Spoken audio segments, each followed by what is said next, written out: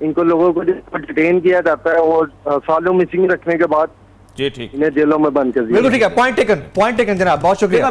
پہلی حدیث صلی اللہ علیہ وسلم کیا ہے کہ دجال کی آمد سے پہلے کے چند سال جی دھوکے اور فریب کے سال ہوں گے. رائٹ, پوری حدیث میں سناتا ہوں. جی سچے کو جھوٹا جی اور جھوٹے کو سچا کہا جائے گا, امانتدار کو خائن اور خائن کو امانتدار کی کرسی پہ بٹھا دیا جائے گا. پھر آپ نے فرمایا تم میں روئی بیضہ بولیں گے. صحابہ نے پوچھا یا رسول اللہ روئی بیضہ کیا ہوگا, کیا ہوتا ہے؟ فرمایا گھٹیا لوگ اہم ترین معاملات میں گفتگو کرنا شروع ہو جائے. کیا بات ہے, آپ نے تبصرہ نگاروں کو دیکھ تجزیہ کاروں کو دیکھتے ہیں. اچھا, اس کے بعد آپ نے کہا کہ اس کی آمد سے پہلے دنیا دو خیموں میں بٹ جائے گی, ایک طرف مکمل کفر ہوگا اور ایک طرف مکمل ایمان ہوگا. اب دیکھیں دو چیزوں کی اس وقت ہندی کے لفظ بولوں تو بڑھوتری ہو رہی ہے. جی, دو چیزیں آگے بڑھ رہی ہیں. ایک اسلام آگے بڑھ رہا ہے, 2 سے 3 لوگ جو ہیں انگلینڈ کے اندر مسلمان ہو رہے ہیں. جی, اور ایک فرانس میں, اور ایک سیکولرزم اور الہاد آگے بڑھ رہا ہے. جو کرسچنز ہیں سائیڈ بائی سائیڈ, کرسچن جو ہیں وہ اب مذہب کو چھوڑ کے تیار بیکم سیکولر, مسلمانوں سے بھی ہو رہے ہیں. جی جی, مسلمان سے بھی ہو رہے ہیں. یہ دونوں اب آخری جنگ جو ہے وہ بیسیکلی ہونی ہے اسلام اور سیکولرزم کے درمیان, رائٹ, اسلام اور الہاد کے درمیان, خدا کو نہ ماننے والوں اور اسلام کے درمیان, وہ جو ملامت الکبریٰ ہے. اور یہ جنگ انیویٹیبل ہوتی چلی جا رہی ہے. آپ نے فرمایا رہنے کا سوال ہی پیدا نہیں ہوگا. آپ یہ نہیں کہیں گے کہ میں مسلمان ہوں جی, اور اللہ کو نہیں مانتا. آپ کو اس کیمپ میں جانا پڑے گا اور آپ جا رہے ہیں اور واضح ہوتے جا رہے ہیں. ناظرین دوسرا سوال تھا سر حزب التحریر, دوسرا سوال تو ظاہر بات ہے, اس میں تو ظاہر بات ہے اس ملک کے اندر اصل مسئلہ یہی ہے جی, کہ اس ملک کا قانون کانسٹیٹیوشن یہ کہتا ہے کہ یہ ملک اللہ اور اس کے رسول کے نام پر بنا ہے اور قرآن اور سنت کے خلاف کوئی قانون نہیں بن سکتا یہاں پر. جی, اس ملک کے صدر, وزیر اعظم, گورنر, وزیر اعلیٰ, فوج کے سپہ سالار, فوج کے سپاہی اس حلف کو اٹھاتے ہیں کہ میں نظریہ پاکستان کا وفادار رہوں گا. قیامت کے دن اللہ آئین کھول کے حساب نہیں لے گا, حلف کا ضرور حساب لے گا. بالکل ٹھیک ہے. ناظرین پروگرام میں اتنا ہی. اگر آپ فیڈ بیک دینا چاہیں تو فیس بک اور ٹویٹر پہ ہمیں جوائن کر سکتے ہیں. آج کے اس پروگرام سے جمیل فاروقی اور اوریہ مقبول جان کو اجازت دیجیے گا.